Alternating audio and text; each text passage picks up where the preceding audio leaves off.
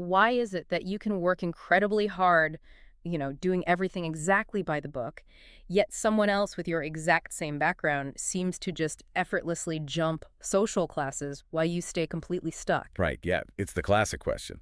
It is, and the immediate reaction is always to blame the individual, right? Yeah. We look at them and say, oh, well, they just didn't hustle hard enough. Or, on the flip side, we say, it's just pure luck, like they won the genetic lottery. Exactly. We individualize the problem. Yeah, but we really need to shatter that illusion right away today, because if you look closely at the data, it is not just luck, and it is certainly not just hustle. It rarely is. I mean, when you zoom out to the macroeconomic level and you observe millions of people over decades, individual luck and personal hustle, they just sort of average out. They become statistical noise. Exactly. They become noise. What you are left with, the actual signal that cuts through all that noise, is the structure. You see the architecture of the system itself. And that structural architecture is exactly what we are dissecting today. Our mission on this deep dive is to show you exactly how the system is rigged. And I want to be super clear here. I don't mean rigged by some shadowy cabal of billionaires sitting around in a smoke-filled room. Right. No conspiracy theories needed. No, I mean rigged by really mundane, entirely invisible institutional design, the underlying code of the national machine. Yeah, the rules of the game that nobody tells you about. Exactly. So we are looking at this landmark economic study published back in the year 2000 by three economists, Stephen Donald, David Green, and Harry Paarsch. And these three essentially cracked open the source code of national wealth distribution. They really did. And the way they did it was by setting up what is basically the ultimate grand experiment. A perfect side-by-side comparison. Right. So the setup is brilliant in its simplicity. They looked at the United States and Canada in the year 1989. You have these two massive countries, right? They share a continent. They have nearly identical historical roots, parallel legal structures, and comparable natural resources.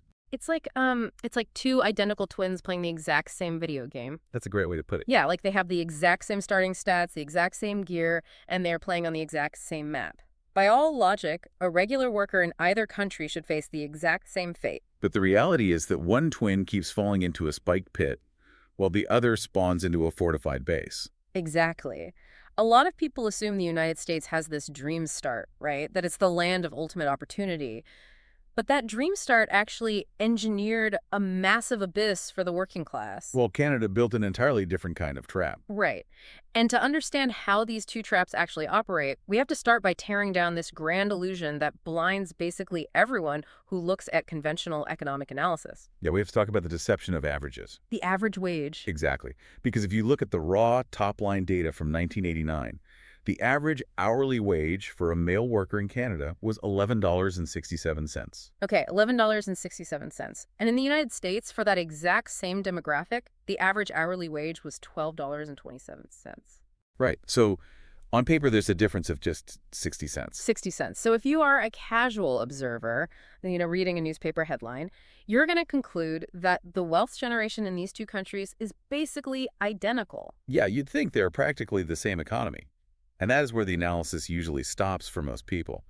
But an average is a really dangerous metric when you're dealing with human populations. Because it hides the extreme. Exactly. It completely obscures the actual lived reality of the wealth distribution.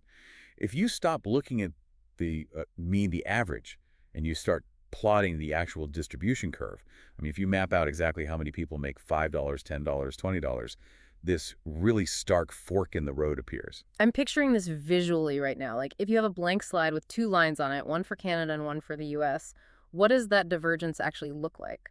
Well, the lines intersect in a really fascinating way. Canada completely crushes the United States in the middle and low income brackets. Crushes them. Yeah, the Canadian curve is this thick, stable mountain of middle class density. Yeah. But as you move to the right side of the graph into the ultra high income brackets, the United States curve sharply overtakes Canada. It just takes off. It rockets upward into this long, incredibly lucrative tail. So, same type of workers, but a totally bizarre divergence once you cross the border. All right, I have to stop you right here, because anyone listening right now who knows basic public policy is going to immediately jump to the obvious conclusion. The tax myth. Exactly. They are thinking, wait a minute, Canada has higher taxes. They have universal health care. They have a robust welfare state, all these redistributive policies. So the assumption is that Canada just taxes its wealthy elites heavily to subsidize its lower class. Right. They take from the rich to pad the bottom. Yeah, and so the U.S. looks more unequal simply because they don't tax their rich as much. Mystery solved, right? We can all pack up and go home. That completely explains the graph. That is the universal assumption, and it is entirely 100% wrong. Wow. Wait, really? Really, this is the genius of Donald, Green, and Paarsch. They anticipated that exact pushback. They knew people would blame the tax code. So they stripped away every single cent of taxes and welfare transfers from their data before they even started. Wait, they removed the taxes entirely. Completely. They are comparing pure, raw, pre-tax wages. This is just the actual money the private employer hands the employee before the government ever even touches it. Before a single tax bracket is applied. Exactly. And that massive gap in the distribution curves, it is still there. Okay, that is mind-blowing. So the secret to this wealth disparity isn't hiding in the tax code at all. It's not the IRS or the Canada Revenue Agency doing this. No, it is the raw machinery of the labor market itself. So you're saying the actual private market is fundamentally pricing human labor differently depending on which side of the border you happen to stand on. Precisely. The private market in Canada naturally generates a completely different distribution of wealth than the private market in the U.S. The economic engine itself is fundamentally tuned to different frequencies. Let's ground this in reality, because macro trends can feel a bit abstract. I want to look at what happens to the most vulnerable participants in this machine. The very bottom of the ladder. Right. So address the listener directly for a second. Imagine you are listening to this and you are a young male, 20 to 24 years old, in 1989. You didn't finish high school. Your formal skills are practically zero. You are stepping into the labor market with literally nothing but your physical time and energy to sell. The researchers isolated this exact demographic. They wanted to see how the system treats people with absolute minimum leverage. No degrees, no special skills. And what did the data show? Well, the scholars sliced up the population, and the results are honestly shocking. In Canada, if you are the 80th percentile of this dropout group, meaning you are doing relatively well compared to the absolute bottom 20% of your peers, you make $9.38 an hour. Okay, $9.38. That's the baseline for a high school dropout doing okay in Canada. Right. And what happens to that exact same demographic with the exact same lack of a diploma in the United States? I'm guessing it's lower. It drops to $7.13 an hour. $7.13. That is a staggering drop. It is a massive evaporation of wealth. Simply by crossing an invisible border drawn on a map, almost a quarter of a human being's labor value instantly vanishes. Just poof, gone. Exactly. And think about the physical reality of that. The caloric output is exactly the same. Sweeping a warehouse floor in Toronto requires the exact same physical energy as sweeping a warehouse floor in Chicago. Right, the actual work hasn't changed. But the Chicago worker is inherently priced 25% lower by the private market. So you have to ask, who took that money? Where did that value go? Because the value of the swept floor didn't change? No, the value was extracted. What this data proves, and this is a really crucial point, is that the floor of a society isn't a state of nature. Poverty wages are not just the inevitable gravity of having no skills. It's a choice. It is a constructed reality. The U.S. system is designed to allow the floor to fall out completely. It relies on a model where unskilled labor is allowed to drop to its absolute lowest clearing price, no matter how brutal that is. Canada, structurally, built a floor that prevents that free fall. So the American system doesn't have a floor, it has a trapdoor. A trapdoor is the perfect way to describe it. Okay, but the standard advice to avoid the trapdoor, the thing everyone tells you to do, is to go to school. Get a degree, upskill yourself. Let's look at the other side of the spectrum. What happens to the people who do everything right? The highly educated cohort. Right, the university graduates who reach their peak earning years between 45 and 54, the elites. Well, here, the script flips entirely. As you pan the camera up to this group, the American wage curve just shoots upward. It completely breaks the top of the chart. It's a rocket ship. It really is. The U.S. elite makes vastly more pre-tax income than the Canadian elite. In Canada, the wage curve for this highly educated group plateaus. It hits a ceiling relatively early. Wow, so let me get this straight. In Canada, the floor is made of thick concrete, so you can't fall through. But the ceiling is quite low. In the U.S., the floor is a trapdoor that opens into an abyss, but there is absolutely no ceiling. You can fly straight into space. That is exactly the dynamic. Yeah. Canadian equality is essentially an incredibly secure, safe environment for the bottom and middle class. But that creates a hidden tension. Because the top gets squeezed. Right. Meanwhile, the American system heavily, disproportionately rewards those who reach the very top tier of human capital. It is a winner-take-all environment. Which brings us to the absolute core mystery of this deep dive. If it isn't taxes and it isn't technology, I mean, both countries were using the same computers and the same manufacturing equipment in 1989, right? Yeah, the industrial base was essentially identical. So what is the hidden architecture holding up the Canadian floor and holding down their ceiling? What is the actual lever being pulled? It boils down to a single, cold institutional metric, 48% versus 24%. 48 versus 24. What are those numbers? That is the union coverage rate in Canada compared to the United States in 1989. Canada had exactly double the union density of the U.S. Okay, union rates. But how does that actually manifest in the data? Because we need to be clear here. We're not making a political point.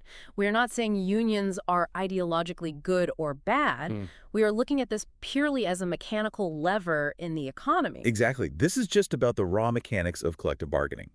To visualize it, the economists build what are called wage density graphs. Okay, break that down for me. Imagine a line tracking the concentration of workers at specific wage levels, like a topographical map of salaries.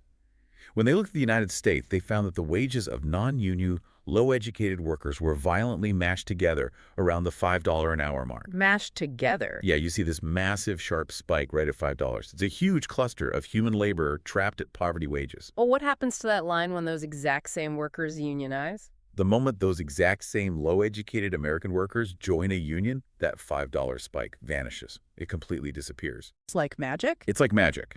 The line stays flat around $5 and then surges upward to form a massive new mountain around $8 an hour. So joining a collective bargaining unit physically shifts the entire concentration of wages by $3. Yes. When you aggregate labor into a single negotiating block, the clearing price of that labor instantly rises from $5 to $8. It is absolute economic physics. Okay, so unions raise wages for their members. That makes sense. But wait, I'm looking at the math here, and there's a glaring flaw in that explanation. Yeah, spotted the mathematical problem. Yeah, because even at 48% union coverage in Canada, that still leaves 52% of the workforce out in the cold.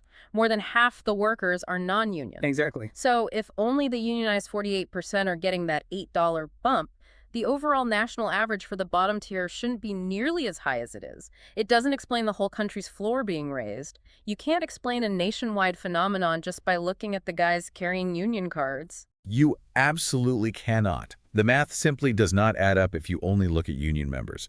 And this is the most counterintuitive finding of the entire deep dive. The real secret to Canada's wealth distribution isn't about the people in the union. It's about the people who aren't. Exactly. It's about the ghost in the machine. Okay, how does a union change the wage of someone who isn't even in it? That sounds like a paradox. To figure this out, Donald, Green, and Paarsch did something really innovative. They ran a simulation. They took the Canadian union density numbers, that 48% footprint, and they mathematically injected it into the American data model. Like swapping out the engine of a car. Exactly. But they applied it specifically to the wages of American non-union workers. So they basically simulated what would happen if an American non-union worker suddenly woke up in an economy where half the surrounding companies were unionized. Yes, and the results were astonishing. The U.S. non-union wages automatically shifted. Automatically. That massive, depressing spike of workers stuck at $5 an hour. It began to dissolve in the simulation, and the entire curve physically moved toward the $8 mark. Without a single one of those workers paying dues or signing a union card? Not one. Okay, what is the actual economic principle driving that? Why would a non-union wage move? In economics, it is known as the threat effect. The threat effect. Yeah. When union power in a specific region or sector reaches a critical mass like it did in Canada, the executives at non-union companies become hyper-aware of the risk. They look across the street, they see a unionized competitor paying $8 an hour, and then they look at their own workforce making $5. All right, I'm going to push back on this because it sounds a little bit too clean, like an academic fairy tale. You're telling me a greedy profit-maximizing CEO in 1989 just voluntarily gave up millions in profit margins and handed it to their workers because of a hypothetical threat. It does sound crazy at first. It sounds like a massive stretch. Wouldn't they just keep paying $5 and squeeze every last drop until a union actually showed up with picket signs? You have to look at how a CEO actually calculates risk. It's not a hypothetical threat. It is a brutal financial risk assessment. You have to look at the corporate mechanics of labor relations. If a workforce unionizes, the company doesn't just face higher wages. That's only part of the cost. What else is there? They face rigid work rules. They face a massive loss of operational flexibility. They face the legal costs of negotiating complex collective bargaining agreements. And most importantly, they face the devastating financial threat of a strike. Right. A strike halts production entirely. It zeroes out the revenue stream. Exactly. So the CEO runs the numbers and realizes that proactively bumping wages to, say, $7.50 an hour is actually vastly cheaper than letting a union form and dictate terms. So they voluntarily raise wages and improve conditions to effectively purchase control over their own factory floor. Yes. The premium they pay in wages is literally the price of keeping the union out. It is a highly rational, profit-protecting move. It's like having a giant, scary older brother. Okay, I like that. Right. Even if your older brother isn't in the room, the school bully still leaves you alone, just in case. The mere existence of that power structure alters the behavioral math of the bully. That is a perfect analogy. The bully calculates the threat, and the systemic impact of this threat effect is staggering. When the researchers forced the Canadian threat model onto the U.S. data, nearly 30% of the massive chasm between U.S. and Canadian low-wage workers was instantly filled. 30%. 30% of the gap vanished, just from the threat alone. Capital's logic was literally forced to change by collective power, and it padded the bottom for everyone, not just the dues-paying members. That is just a phenomenal revelation. I mean, the invisible hand of the free market is actually being forced by the invisible threat of collective action. It sounds like the ultimate silver bullet for a society. You just raise union density, the floor turns to solid concrete, everyone makes a living wage, and society is fundamentally stabilized. It sounds like a perfect ending. It does. But, economics isn't a fairy tale. There is always a law of equivalent exchange. Every gift has a price tag. So what is the dark side of this? What is the actual cost of building this concrete floor? The cost is the structural mutation of ambition. We can call it the poisoned apple of the Canadian model, because the absolute bottom tier gets paid so well. Remember, a high school dropout is making $9.38 an hour. The financial reward for actually trying to improve yourself collapses. You mean the incentive to get an education? Exactly. Yeah. Let's look at the data on this, because it's wild. In economics, we look at something called the wage premium for education. Which is exactly. It's the specific hourly bump you get for crossing an educational threshold. So what is the cash reward for finishing high school instead of dropping out? In Canada, in 1989, the wage premium for graduating high school was a microscopic 92 cents an hour. 92 cents. Wait, so you get less than $1 an hour difference for enduring 4 years of studying and exams? That's it. Now look at the United States. The floor is an abyss. Right. The dropout makes $7.13. But if that American student finishes high school, their wage premium is $2 full an hour. $2. That is more than double the financial reward for exactly the same educational milestone. Right.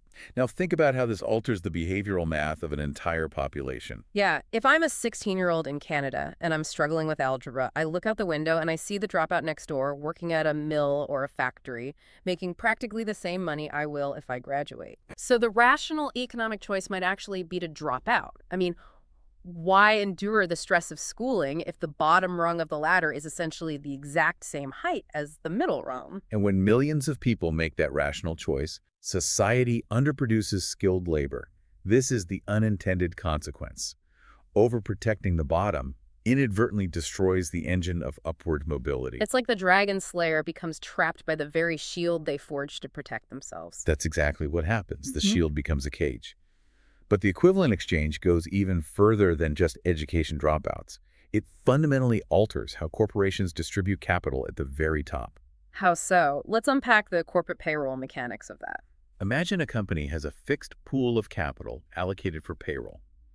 If the institutional architecture of your country forces you to pay your entry-level floor sweepers and your junior clerks a heavily inflated wage, whether that's through direct union contracts or the threat effect we talked about, that money has to come from somewhere. Right. The pie doesn't get infinitely larger just because the bottom slice got wider. Exactly. Yeah. The pie is finite. Because the bottom is so expensive to maintain in Canada, it structurally drags down the capital available to bid for top-tier talent. Oh, wow. Yeah.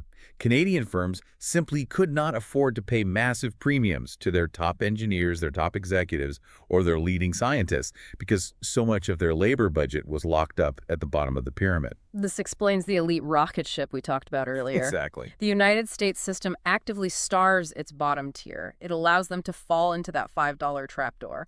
And because they are paying poverty wages at the bottom, that leaves a massive surplus of capital at the corporate level. A huge surplus. Which firms then use to fiercely bid against each other for the absolute best, highly educated talent, driving elite wages into the stratosphere. It is a stark, brutal trade-off. Yeah. The U.S. system creates extreme innovation and massive, life-changing rewards for the winners, but at the cost of devastating the vulnerable. The Canadian system buys social stability and safety for the vulnerable, but at the cost of capping elite potential and dulling the incentive to climb. Which is really the eternal tightrope of nation building. Every country is balancing on that wire. They are. But, I have a lingering question about the actual execution of this study. Because Donald, Green, and Paarsch, they are looking at the exact same raw data, the same census files and labor surveys that thousands of other economists had access to. Yes, this was public data. Right. And everyone else just saw the $11.67 versus the $12.27 average, shrugged, and moved on. How on earth did these three specific guys manage to extract this invisible matrix of threat effects and wage premiums when nobody else could? They did it by completely abandoning standard economic methodologies. They realized that standard regressions, the mathematical tools that literally every economist uses to draw a line of best fit through data points, were actually blinding them to the truth. Blinding them? Explain that. Why does a standard regression fail here? Well, a standard regression assumes that relationships in data are relatively smooth and continuous. It tries to draw a straight logical line through the noise. But as we discussed with the wage density graphs, reality isn't a straight line. Right. Reality has those violent, concentrated spikes. Like millions of people clustered exactly at $5 and absolutely nobody making $5.10. Exactly. So a standard regression is like taking a long exposure photograph of a busy street at night. Oh, I see. Everything moving gets blurred into a smooth, continuous streak of light. Right. You get the general flow of traffic, but you completely lose the individual cars. You can't see the moment a collision happens or where the traffic jam starts. The spikes and the trapdoors get completely blurred out by the math. So the normal tools of economics were basically acting like a pair of blurry glasses. Yes. So to get around this, Donald, Green, and Paarsch executed this brilliant methodological dimensional strike. They borrowed a mathematical concept from medical science. Medical science? Wait, what kind of model? They used something called hazard-based duration models. Okay, that sounds incredibly technical. How does a medical hazard model work, and how on earth do you apply that to a paycheck? It's actually quite elegant. In epidemiology, if you were studying a terminal disease, you don't just look at the average lifespan of a patient. That tells you very little about how the disease actually operates in the body. Right, because averages hide the details. Exactly. Instead, you look at the progression. You ask, what is the hazard, the specific mathematical probability that a patient will die in month 1? And if they survive month 1, what is the hazard in month 2? You track the duration of their survival as a dynamic changing curve. So you are looking for the specific moments of acute risk over a timeline. Precisely. Now, translate that to an economy. Instead of treating a wage as a static number, these economists treated a worker's progression through the wage scale, exactly like a life cycle or a disease progression. Wait, so instead of asking what is the average wage of a dropout, they asked what is the mathematical hazard that this worker gets permanently trapped at the $5 mark? Yes. They treated the wage distribution as a series of durations. They asked the model, what is the probability that a worker survives the $5 threshold and progresses to the $6 threshold? What is the specific hazard of getting stuck there based on their education, their age, or their union status? Wow. So if standard economics was a long exposure photograph, this hazard-based duration model is like a high-speed strobe light. Yes, exactly. It fires a flash at every single dollar increment, allowing them to freeze the action and see exactly where the bottlenecks and trapdoors are physically located in the economy? They essentially put the North American labor market into an MRI machine. They didn't just weigh the overall wealth of the patient, they mapped the hidden bone structure of how that wealth was distributed. That is a stunning piece of analytical detective work. It really is. And the bone structure they revealed proved mathematically that the divergence between the US and Canada wasn't due to taxes or education levels or industrial makeup. It was the raw institutional architecture of bargaining power. And I think that's why we are doing a deep dive on a study from 1989. Because the bone structure they revealed tells a terrifying story about the precipice we are standing on today. This isn't just some historical accounting of the Cold War era. Not at all. It is a microcosm of the eternal, grinding war between capital and labor. The tools change, the technologies change, but the underlying physics of leverage do not. Let's bring this into the present moment because this is where it gets incredibly real for everyone listening. The United States and Canada made different systemic choices decades ago, and both populations are still paying the bill for the respective trade-offs of those choices. But today, the borders of those economies are blurring. Exactly. The nature of work is fundamentally mutating. Just look at the gig economy. Look at the delivery riders navigating traffic right now working for app-based platforms. Those workers exist in an environment completely devoid of the 48% union density that defined Canada in 1989. They have no institutional shield. There is no threat effect. None. There is no threat effect forcing algorithmic platforms to preemptively raise their wages. They represent pure, atomized labor operating in a frictionless trapdoor economy. And it isn't just physical labor anymore. The threat of artificial intelligence is moving that trapdoor directly under the white-collar middle class. The knowledge workers? Yeah, the data analysts, the copywriters, the junior coders, the people who historically enjoyed the absolute safety of the middle of the curve.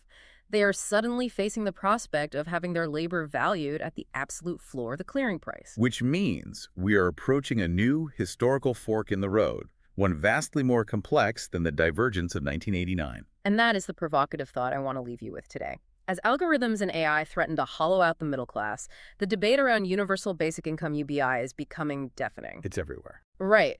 So, will UBI become the ultimate modern equivalent of the Canadian concrete floor? A permanent state-funded slab that keeps us all alive, but fundamentally kills the incentive to climb, turning us all into that teenager staring out the window wondering why we should bother striving. Or will the AI revolution simply supercharge the American-style ceiling?